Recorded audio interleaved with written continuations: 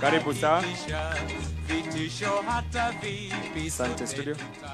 Nitaomba tutalie sote tumesimama kwa ajili ya wimbo wa taifa na wimbo wa Jumuiya ya Afrika Mashariki.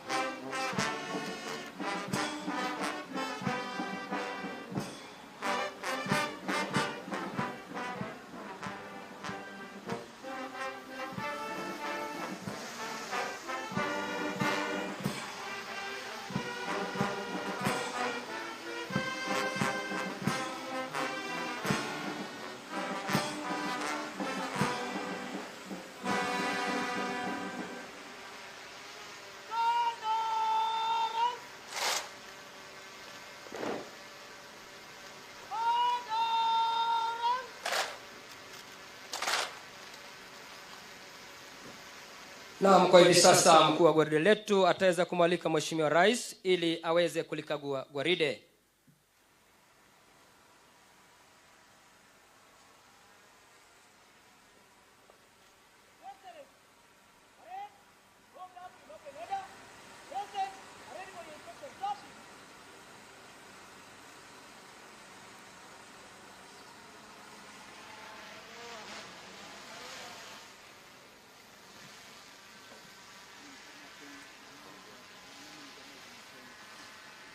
Basi ikiwa Mheshimiwa Rais amekubali mwaliko kulikagua gwaride, kwa hivi sasa Mheshimiwa Rais atasindikizwa na Chief Conservator of Forest na hali kadhalika mkuu wa chuo chetu cha Forest Law Enforcement Academy ili kuweza kulikagua gwaride.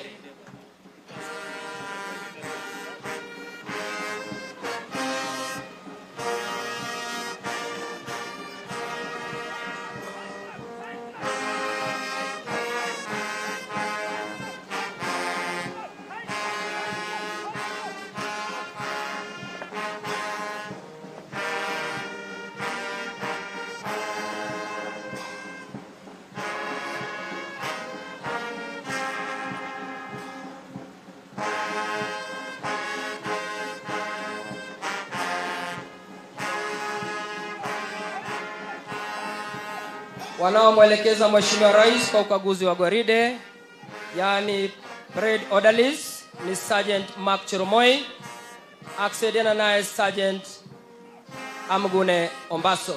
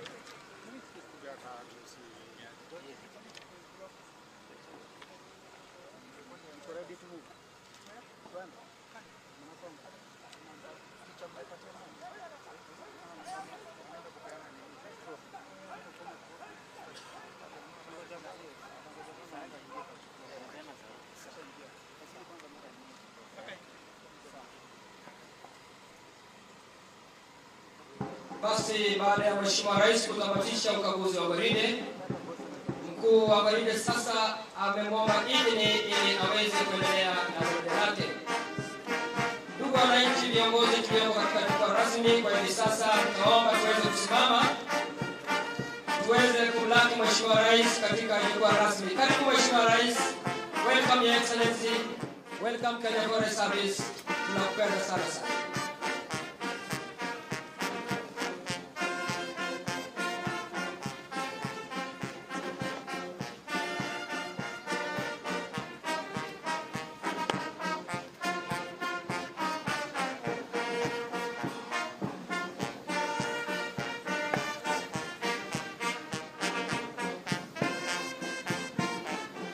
Basi tunaomba kuketi.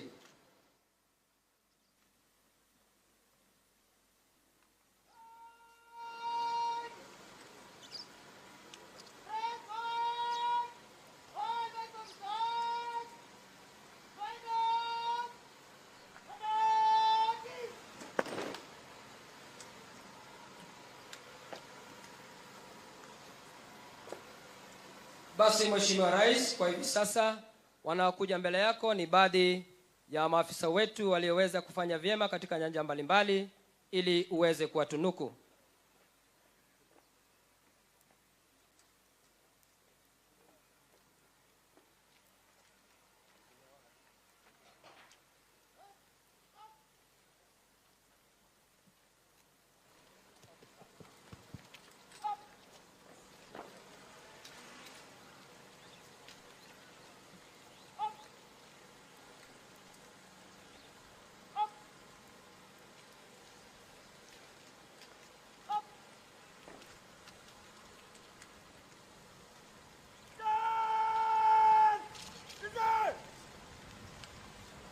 Mheshimiwa Rais, tunakualika uweze kutuongoza kwa hafla fupi ya kuwatunuku.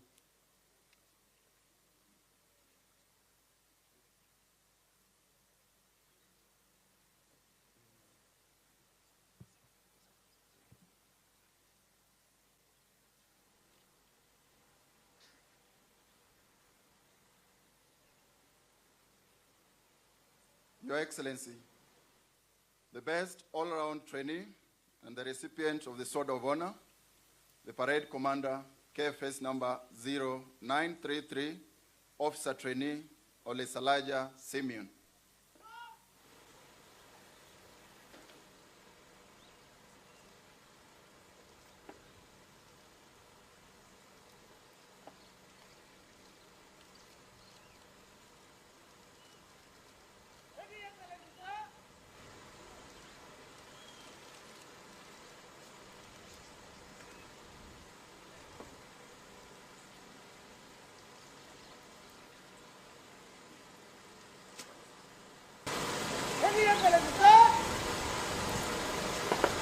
Your Excellency, the best male trainee in leadership and command, the recipient of the Shield of Honor, and the Parade Adjutant, KFS number 09337, Officer Trainee Cosmas Mayo.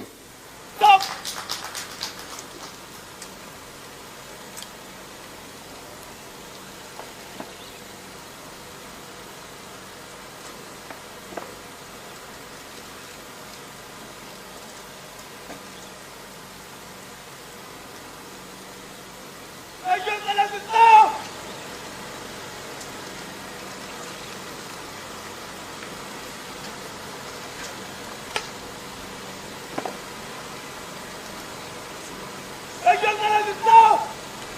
Your Excellency, the best female trainee in leadership and command, the recipient of a Female Service Award, KFS number 09405, Officer Trainee Phosphine Naibei.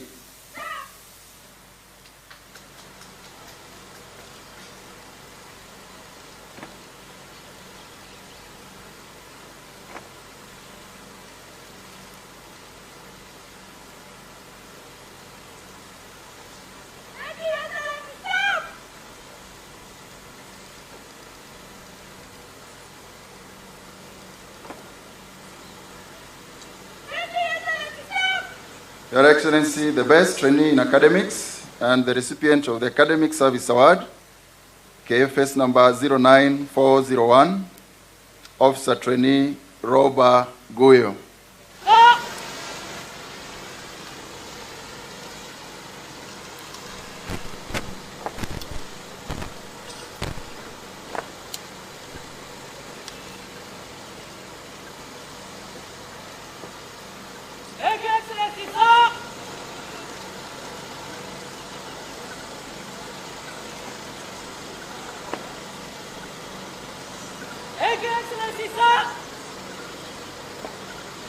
Your Excellency, the marks person of the course, the recipient of the Shooting Competition Award, KFS number 06428, Officer Trainee Chepkoech Sharin.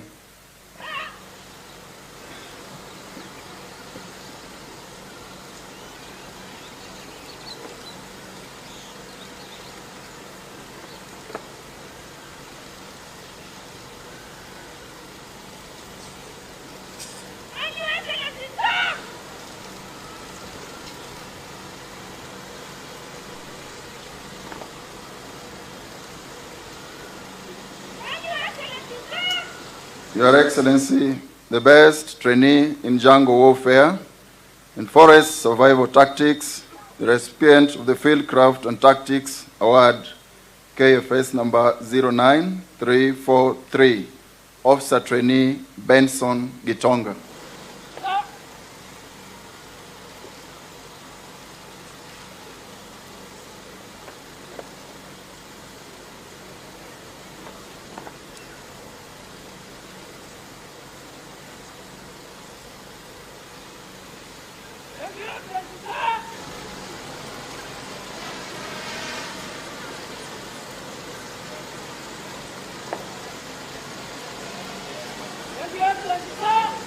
Your Excellency, the best platoon in drills and parade, platoon number 11, platoon representative, KFS number 06307, Officer Trainee Duncan Kacheya.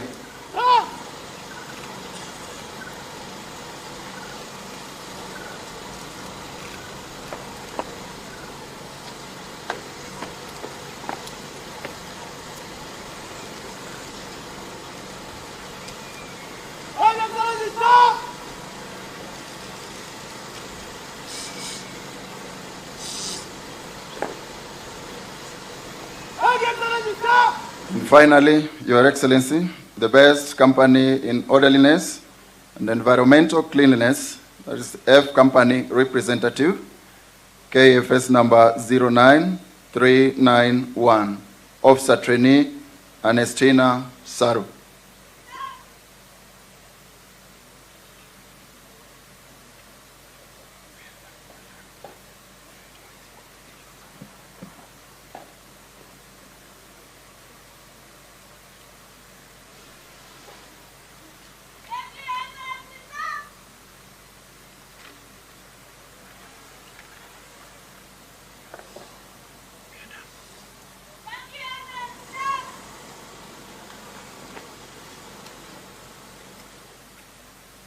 Asante Mheshimiwa Rais.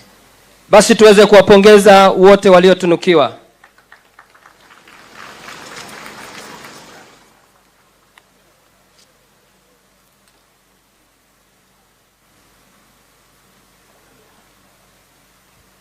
Tunaomba kuketi.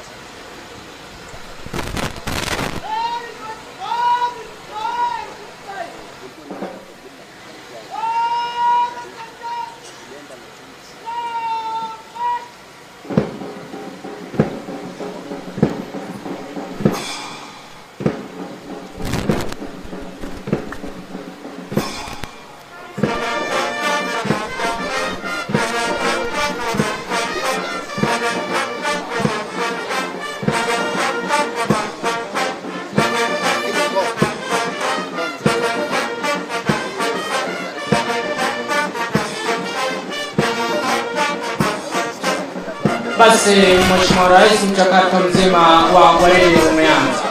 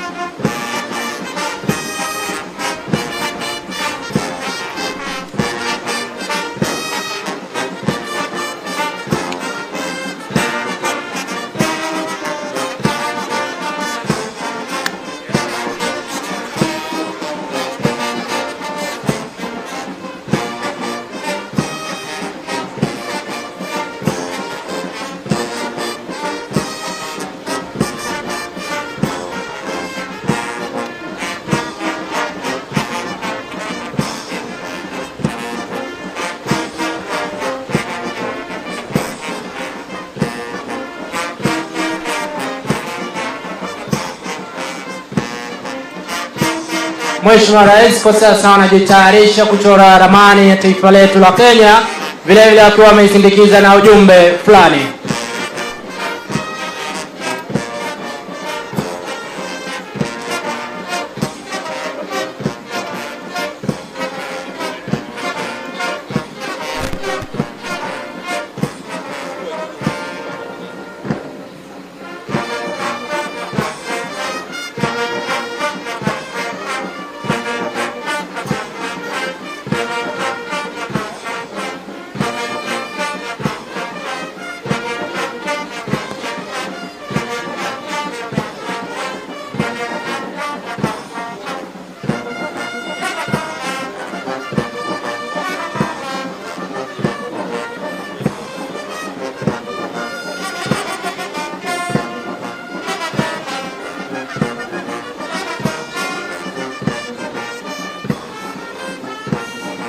Mheshimiwa Rais, gwaride letu linajumuisha ule mwendo wa kasi pamoja na ule mwendo wa kinyonga na ambao unaendelea kwa sasa.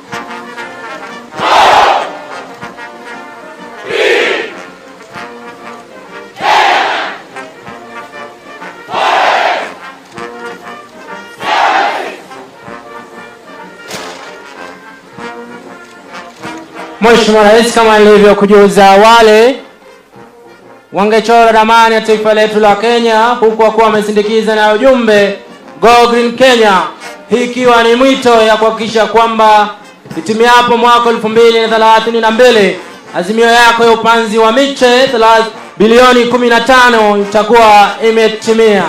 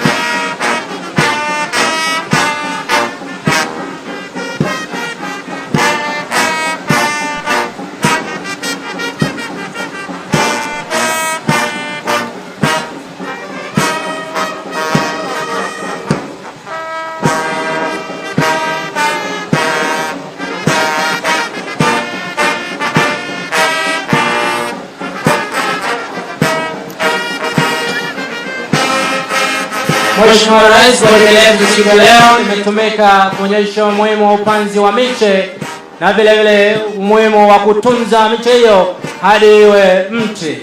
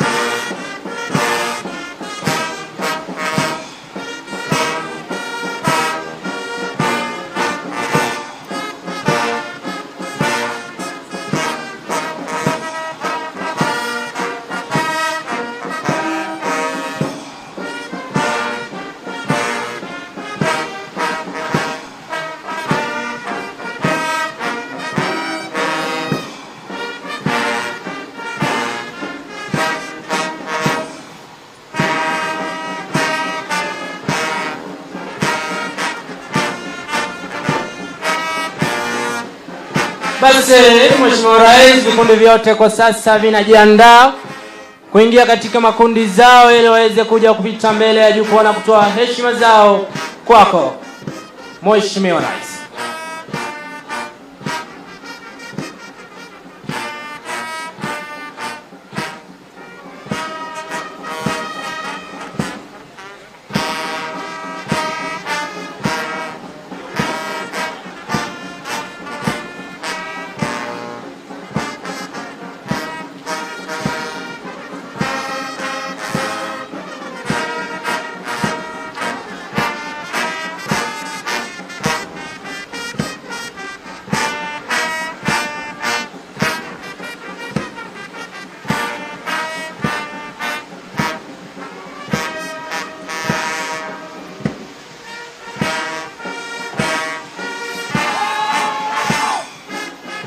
Mheshimiwa Rais, mabibi na mabwana, kama nilivyowajuza awali, wataweza kujiunga katika makundi zao ili kuja kupita mbele ya jukwaa.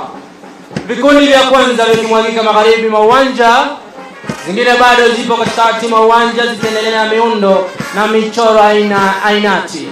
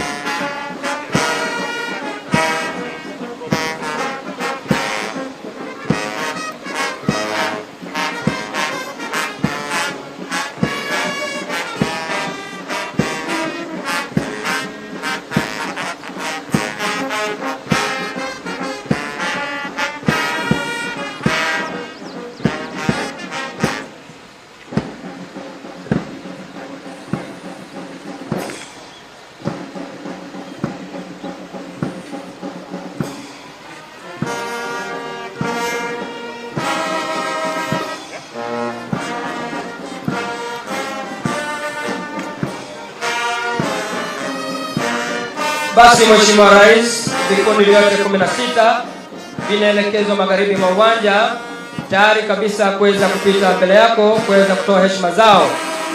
Ndugu wananchi, nitaomba wakati vikundi vitakapokuwa vikikaribia jukwaa rasmi, tutaweza kujiunga naye Mheshimiwa Rais ili kuweza kupokea heshima za vikundi.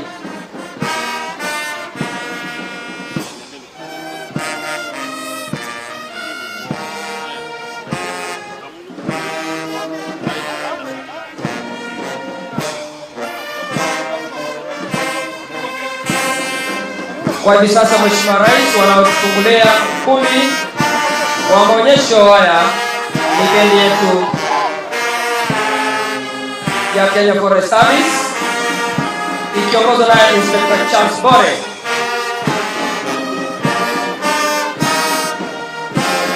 Atakuwa akishirikiana naye Sergeant Ezra Oleglisho.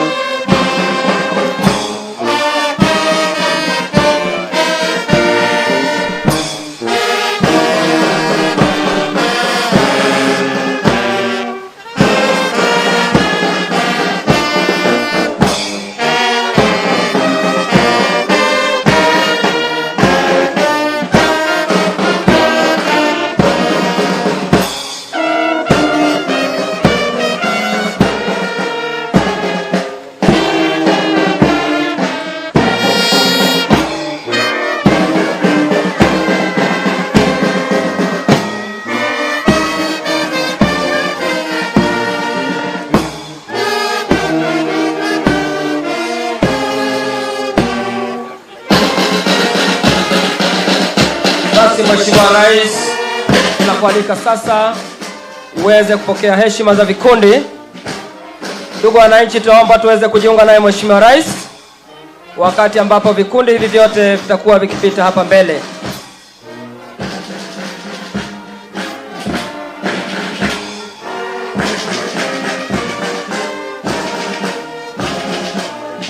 Mheshimiwa Rais, kwa hivi sasa ni kikundi cha kwanza.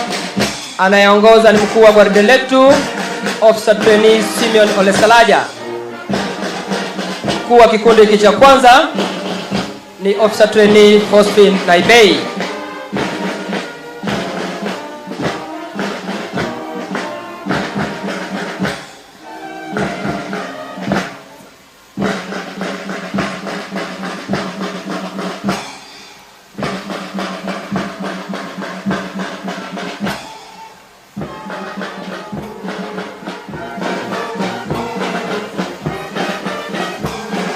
Kinachopita kwa sasa Mheshimiwa Rais ni kikundi cha pili kikiwa chini ya usimamizi wake Officer Trainee Kevin Njoroge.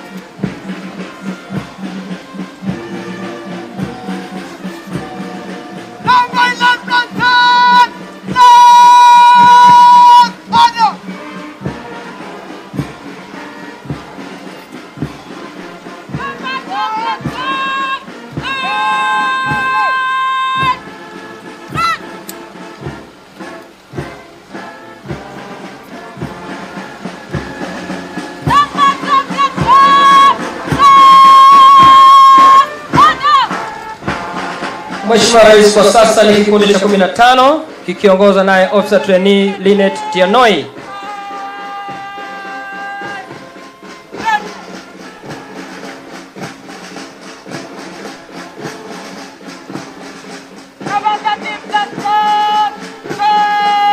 Mwisho kabisa Mheshimiwa Rais ni kikundi cha 16 kikiongozwa naye Officer Trainee Jamal Faisal. Nyuma kabisa ni kiranja wa gwaride hili Officer Trainee Cosmas Maio.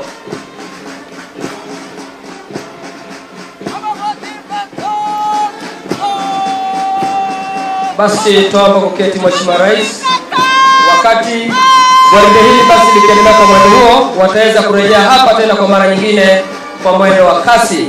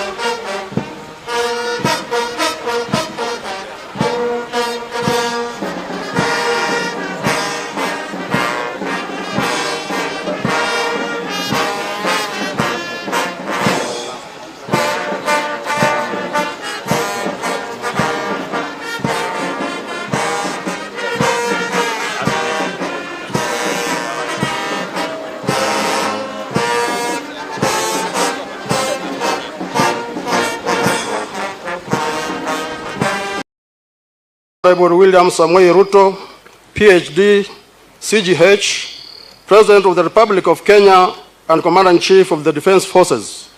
Cabinet Secretary of Environment, Climate Change and Forestry, Honorable Aden Bare Duale. Principal Secretary, State Department of Forestry, Mr. Mugambi Gitonga. Chairman of the Kenya Forest Service Board, Mr. Titus Korir. Chief Conservator of Forests, Mr. Alex Remarkoko. Ladies and gentlemen, Your Excellency, sir, I'm delighted to welcome you to the Forest Law Enforcement Academy in this passing out parade. It is now my humble duty to welcome the Chief Conservator of Forests, Kenya Forest Service, to make his remarks. CCF, please. Thank you, Your Excellency.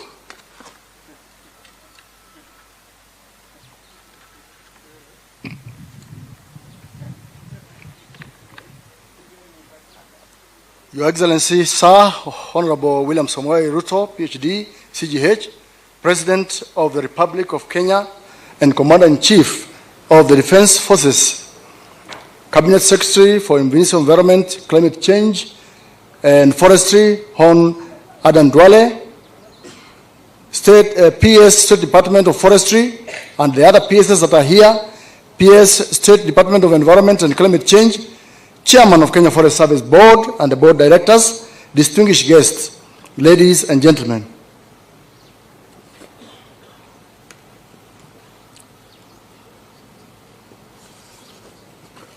Your Excellency, extraordinary things happen, not because of chance, but because we have extraordinary leadership.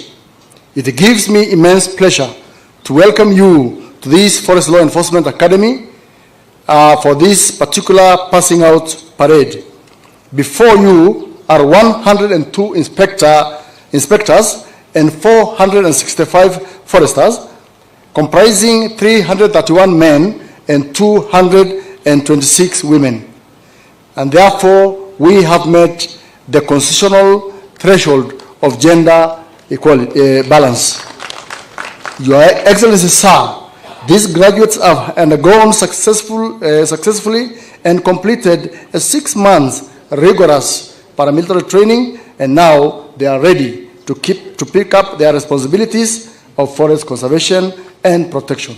In conclusion, on behalf of the entire Kenya Forest Service fraternity, I express my sincere appreciation to your visionary forest conservation and protection intervention, whose impact will endure for many years to come.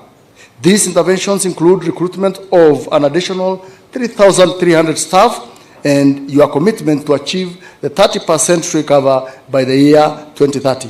Your Excellency, with your permission, may I now invite the Cabinet Secretary for Environment, Climate Change and Forestry, Hon Aden Duale, to give his remarks and invite you to address the congregation. CS, please. Thank you, sir. Your Excellency, Dr. William Ruto, President of the Republic of Kenya and the Commander-in-Chief of the Defense Forces, my sister and colleague, the Minister for Tourism and Wildlife, Rebecca Miano, Her Excellency, the Governor of Nakuru, Honorable Susan Kihika, the Chairman of our Parliamentary Committee and Member for Nakuru Town, other members of Parliament present, senior security heads present from all our security sector, and Principal Secretary led by our own Principal Secretary. Your Excellency, we are and the board chair and the board members of Kenya Forest Service. Your Excellency, we are today greatly honored by your presence as we witness a new cohort of the Kenya Forest Service cadets and foresters passing out. We also want to acknowledge the presence of other distinguished partners and guests. It's with profound gratitude, Your Excellency, that I stand before you here today on behalf of the Ministry of Environment, Climate Change and Forestry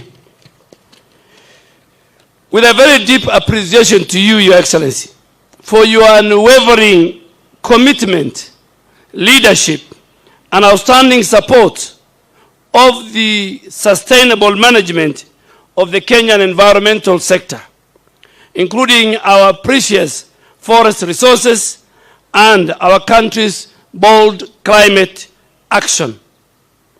In the last 2 years, Your Excellency, under your leadership, Kenya has earned great recognition as a global leader in promoting environmental sustainability and climate action.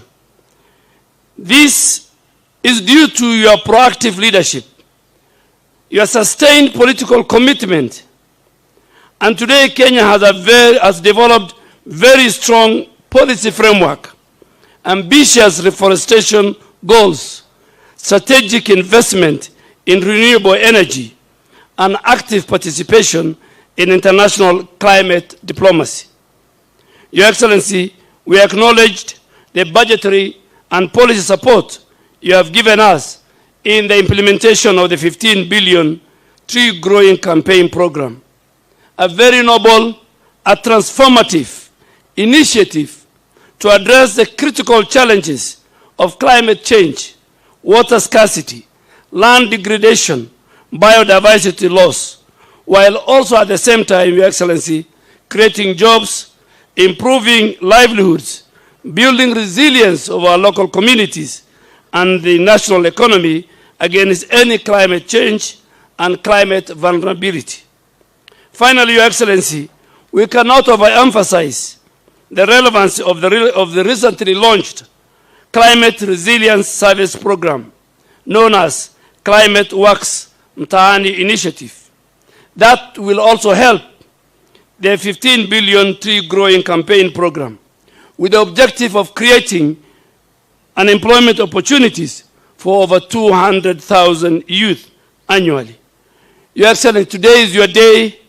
We, the Ministry of Environment, Climate Change, and Forestry, we are very, very happy. It's under your leadership since 2002 that over 2,600 rangers were recruited, trained, and you officiated the passing out parade.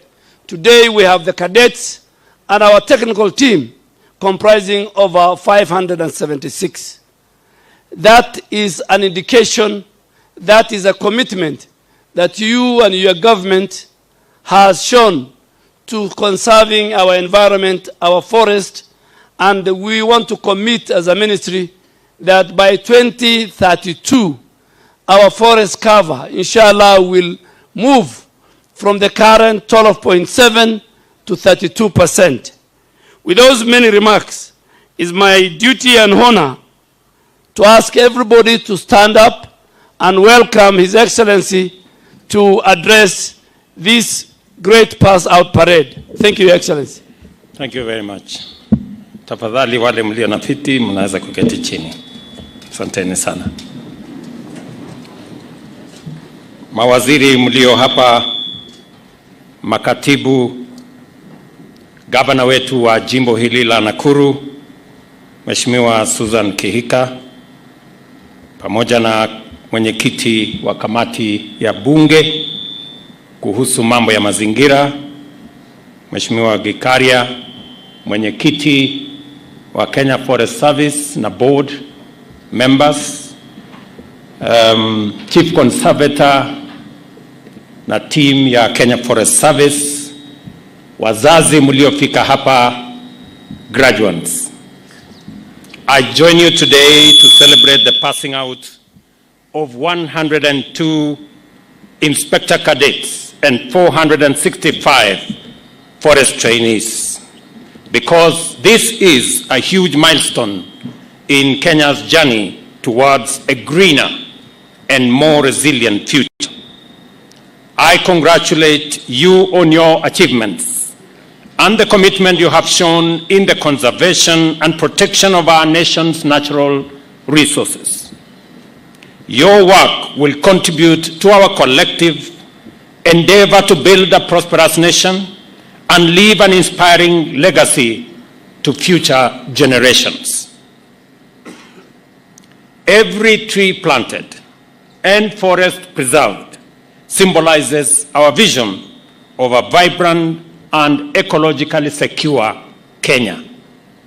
Your graduation here today is not just a matter of personal achievement or career development, but it is an integral part to our broader national policy to make Kenya clean, green, sustainable, and prosperous.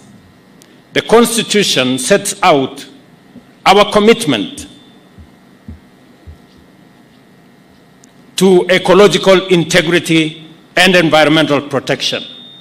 We have an obligation to maintain at least 15% national forest cover and to ensure that the environment is respected, protected, and enhanced for the benefit of not just present, but also future generations.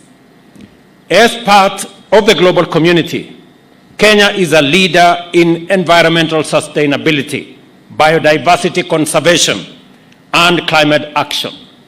Since our early days as a republic, we have actively collaborated with international partners to develop frameworks for ecological sustainability and climate change mitigation.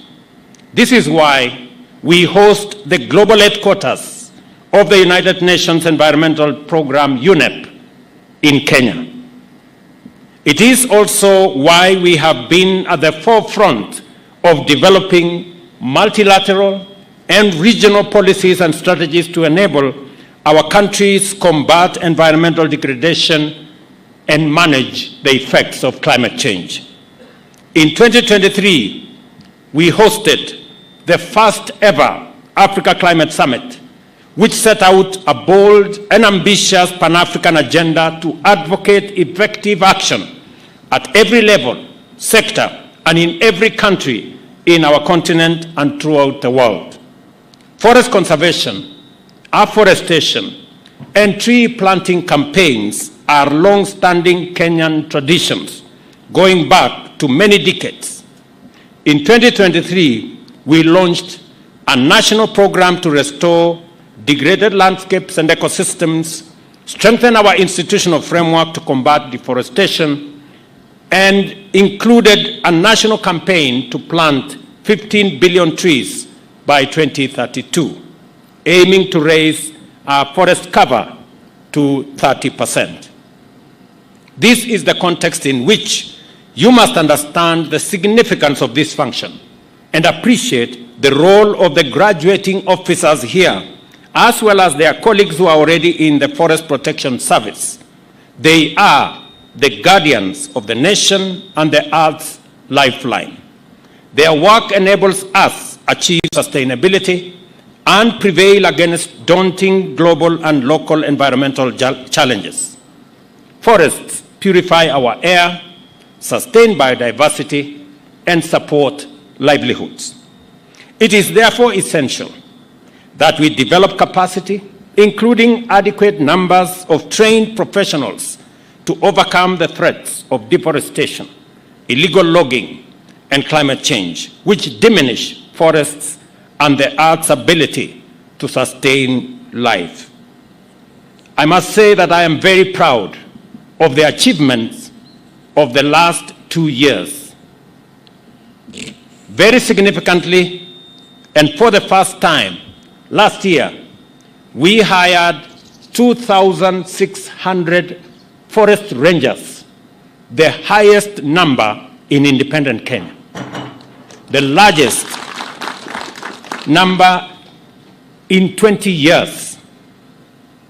Today, we again make history that we have here 465 forest officers, the largest number of forest officers hired since our independence. And for the first time in the history of Forest Service, we have hired 102 forest cadets who will be the front managers of our environment. These achievements speak volumes and consolidate our place as the environmental headquarters of the world. And therefore, it is our intention that the men and women standing before us will be joining the 2,000 that were hired, 2,600 that were hired last year, and those that are already in the service, to consolidate Kenya's place in matters environment and climate action. The significance of what has happened in the last 2 years speaks for itself. And I must congratulate the Kenya Forest Service and its leadership for the achievements that are demonstrable. In the last 2 years, illegal logging and criminal activity around our environmental resources has reduced by 90%. At the same time, because of the reforms that have been carried out, this year, we only supported Kenya Forest Service to the tune of 280 million. The rest of the 4.7 billion budget is raised by Kenya Forest Service itself. And I have the undertaking of the Minister and the Kenya Forest Service that from next year, Kenya Forest Service will exit from requiring resources from the exchequer, and they will run their own affairs using their own internally generated resources. Congratulations to you, and you serve as an example to other agencies that it is possible for agencies to run on internally generated resources. It is therefore essential that we develop capacity, as I have said, including the human resource. The men and women here, and I want to tell you as a father, that the challenge that our Kenya Forest Service has faced in the past is that of laxity, incompetence, and integrity. I want to ask you, in this very important graduation ceremony, in the presence of your parents and families, do not allow your career to be tainted with integrity issues or laxity or incompetence. You have the opportunity to change course for Kenya Forest Service and make Kenya truly the environmental headquarters of the world by serving in a dedicated manner in the responsibility that is bestowed on you today. I wish to emphasize that protecting our environment not only befits us and not only benefits all of us, but also empowers our generation to discharge its debt to future generations. Forests stabilize water cycles, support agriculture, preserve biodiversity, and facilitate timber production, herbal medicine, and honey production, thereby generating thousands of jobs and strengthening community resilience. They create employment opportunities through timber and non-timber products, as well as through forest management. Additionally, carbon credits offer new revenue systems and streams, enabling Kenya to reinvest in conservation. Ecotourism strengthens these efforts by showcasing our natural beauty and celebrating conservation. As we face an increasingly challenging future, we must embrace innovation to seize opportunities and accelerate our growth. Innovation is essential to forest conservation, and tools like Jaza Miti app engages Kenyans in tree planting, while satellite and drone technology assist the Kenya Forest Service in forest monitoring. Let me also say technology innovation in forestry can also expand economic opportunities, and I encourage graduates to explore these possibilities in their careers. For our part, we shall continue to develop and refine institutional frameworks, beginning by amending the Forest Conservation and Management Act 2016 to make sure that all stakeholders in conservation and climate action have robust, consistent, and effective support to pursue innovation, collaboration, and ambitious action to turn forests and forest production into vehicles of sustainable transformation. And I am happy that we have the chair of the committee responsible for environment here, and that as we work in consolidating and reorganizing the legal framework for us to tap into this big resource that is available for the transformation of our country, I also want to ensure and to ask those in the forest product space, those in the timber space, that there is now an opportunity for us to grow our timber industry space. We have already taken steps as government to make sure that the use of locally available forest resources takes precedence over imported products. It is the reason why we have made the conscious decision that furniture must be manufactured locally, and imported furniture will not take precedence over locally manufactured furniture. And to make sure that we exploit our resources in a transparent, effective manner, the old method of allocating forest resources to people in a manner that is not transparent has stopped. Going forward, all public resources in the forest will be tendered for in a transparent, clear manner so that we get value for the resources we have in our forests and also develop capacity for industries to use these resources for the benefit of the country, for us to be able to create jobs around these forest products, and for us to manufacture forest products, including furniture, locally in Kenya, using our own human capital, our own developed resources, and making sure that products that otherwise would have been imported are made from forest products that are available here in Kenya. There is therefore an opportunity for business people to work with the Kenya Forest Service for us to create a robust forest products industry that will power the engines of our transformation. Conservation unites communities by fostering a shared sense of responsibility and pride in safeguarding our heritage. Across Kenya, communities are restoring degraded lands, protecting water resources, and reforesting landscapes.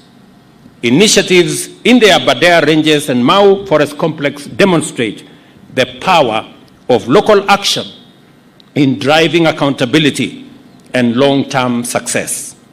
Kenya is and aspires to remain compelling proof that economic progress and sustainable forests are not only feasible, but also essential complementary commitments, and that conservation, climate action, and economic transformation must be pursued and achieved in tandem. There is no doubt that this function is a monumental event to our nation's development. It is a commitment on your part that you are going to make significant contribution to our proud legacy of conservation and sustainability, and that we have to strengthen our partnership to give our forests, humanity, and the earth our common home, that is, give it a chance. You have chosen to work in an important field, and I encourage you to grow in it and develop exemplary careers by performing your duties with integrity, professionalism, discipline, and patriotism. I congratulate all of you, once again, and wish you success as you embark on your careers. May you learn, may you grow, and may you achieve feats that will make you and your families proud for years to come. Let us be bold in our aim to transform Kenya's future through all we do. Together, Let us plant, protect, and preserve our forests, demonstrating our commitment to building a greener and much more resilient Kenya. I ask you, as forest officers and managers, as you join the KFS fraternity, believe in yourselves, believe in what you do, and believe in your country. All of us, as the people of Kenya, it is time that we believed in this great country God has given us. It is time that we stopped the negativity. It is time that we stopped believing in the fake news and in the propaganda that is hurting our nation. Because looking at the Kenya Forest Service in the last 2 years, the transformation is phenomenal.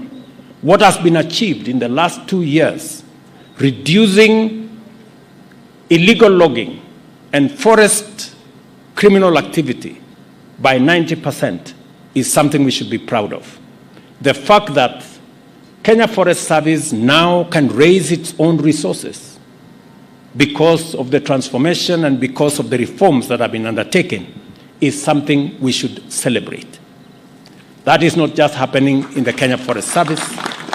It is happening in the Kenya Wildlife Service. It is happening in the National Youth Service. It is happening in all our other services. These are the positive elements that make Kenya stand out, and that is why we have earned respect globally.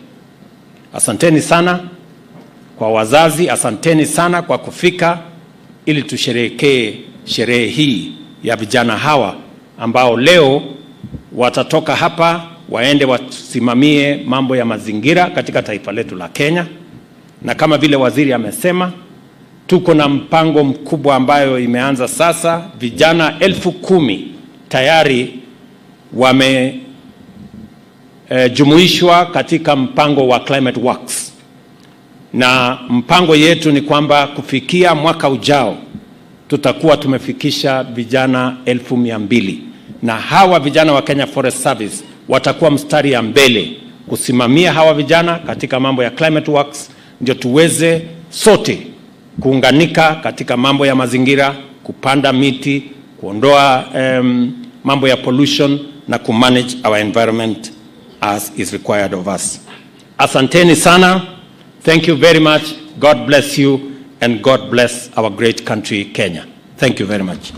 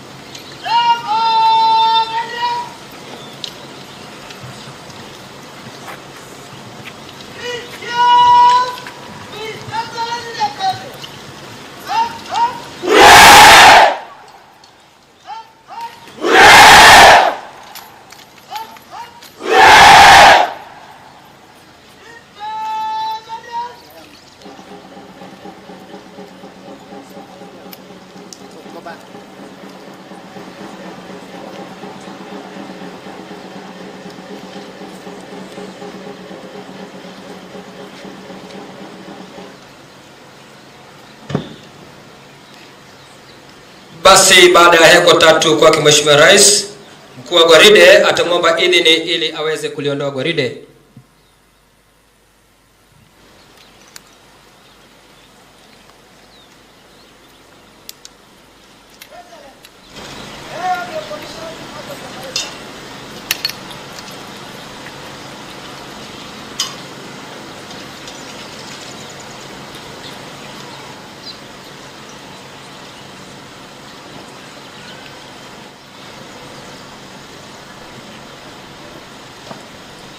Basi Mheshimiwa Rais, naomba kuketi wakati mkuu wa gwaride akiendelea na gwaride lake.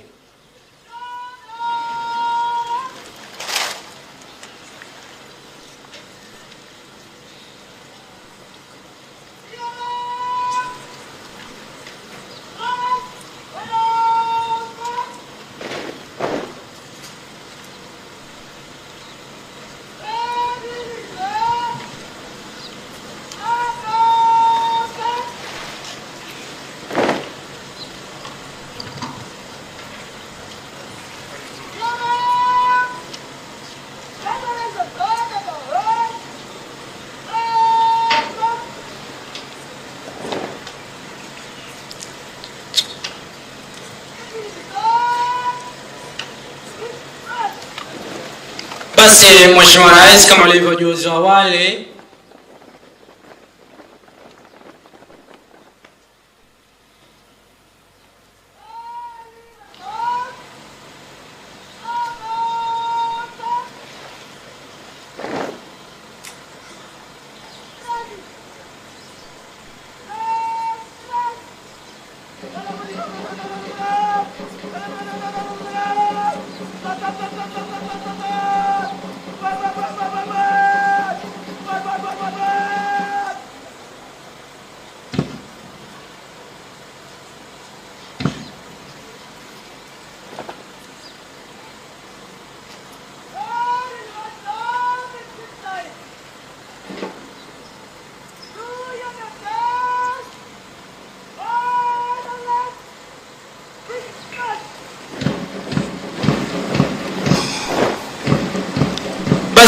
kama jinsi amri inavyoagiza, do your duty, ndio inadhihirika kwa sasa wazi wazi.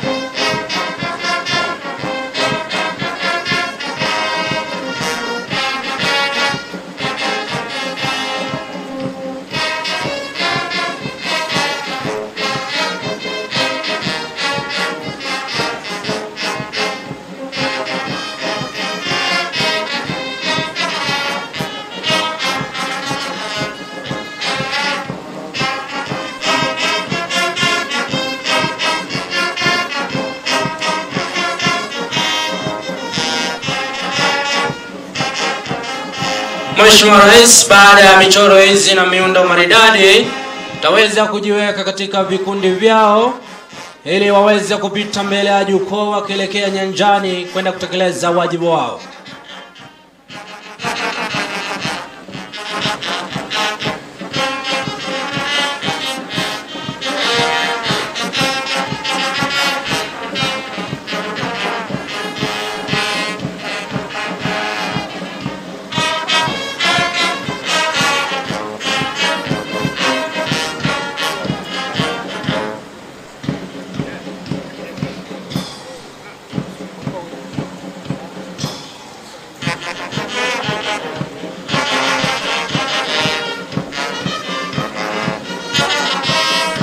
Mheshimiwa Rais, dalili zote zinaonyesha kuwa vikundi vyote ikiongozwa na bendi yetu ya Kenya Forest Service vimeanza kuelekea mashariki mwa uwanja.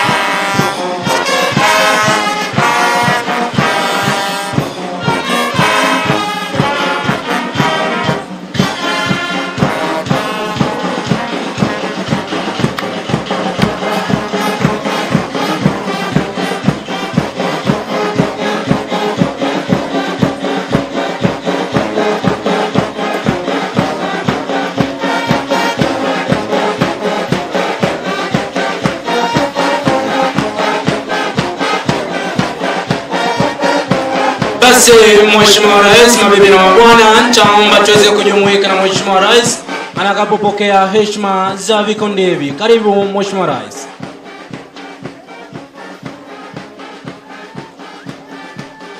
Mheshimiwa Rais aliongoza gwaride kwa mbele kabisa ni mkoa wa Gwaride Officer Trainees Simon Oleselaja. Kwa ukaribu akiwa amefuatiwa na mkuu wa kikundi hicho Phosphine Naibei.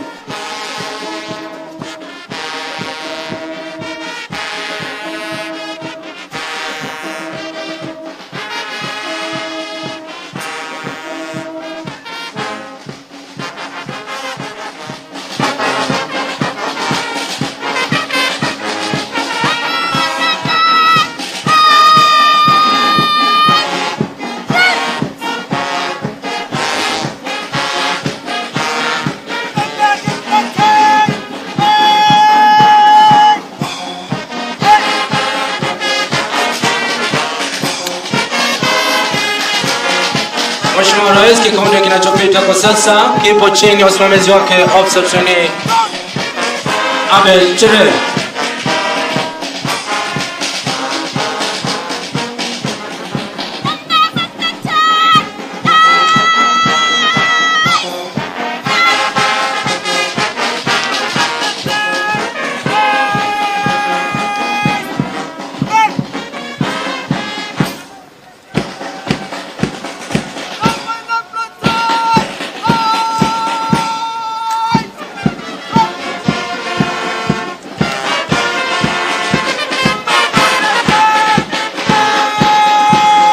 Mheshimiwa Rais, vikundi vyote vikipita kuashiriana kutoa heshima kwako, ikiwa ni dhihirisho kwamba wapo tayari kutekeleza wajibu wao watakapofika kule nyanjani.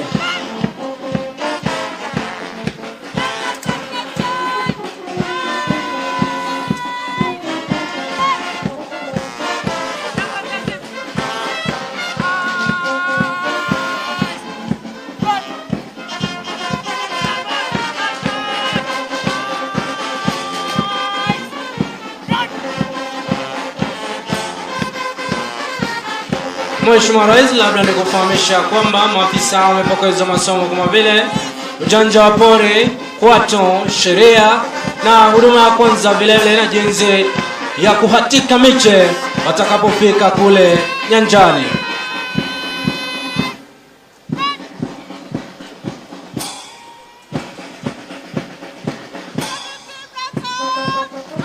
Ni kikundi cha mwisho, Mheshimiwa Rais, kikiwa kipo chini ya usimamizi wake Officer Trainee Fazal Jamal. Mwisho kabisa akiwa amepamba gwaride, upande wa nyuma ni kiranja wa gwaride, kulia kushoto ni waelekezi wa gwaride Sergeant Mark Remoy na Sergeant Martin Amgone.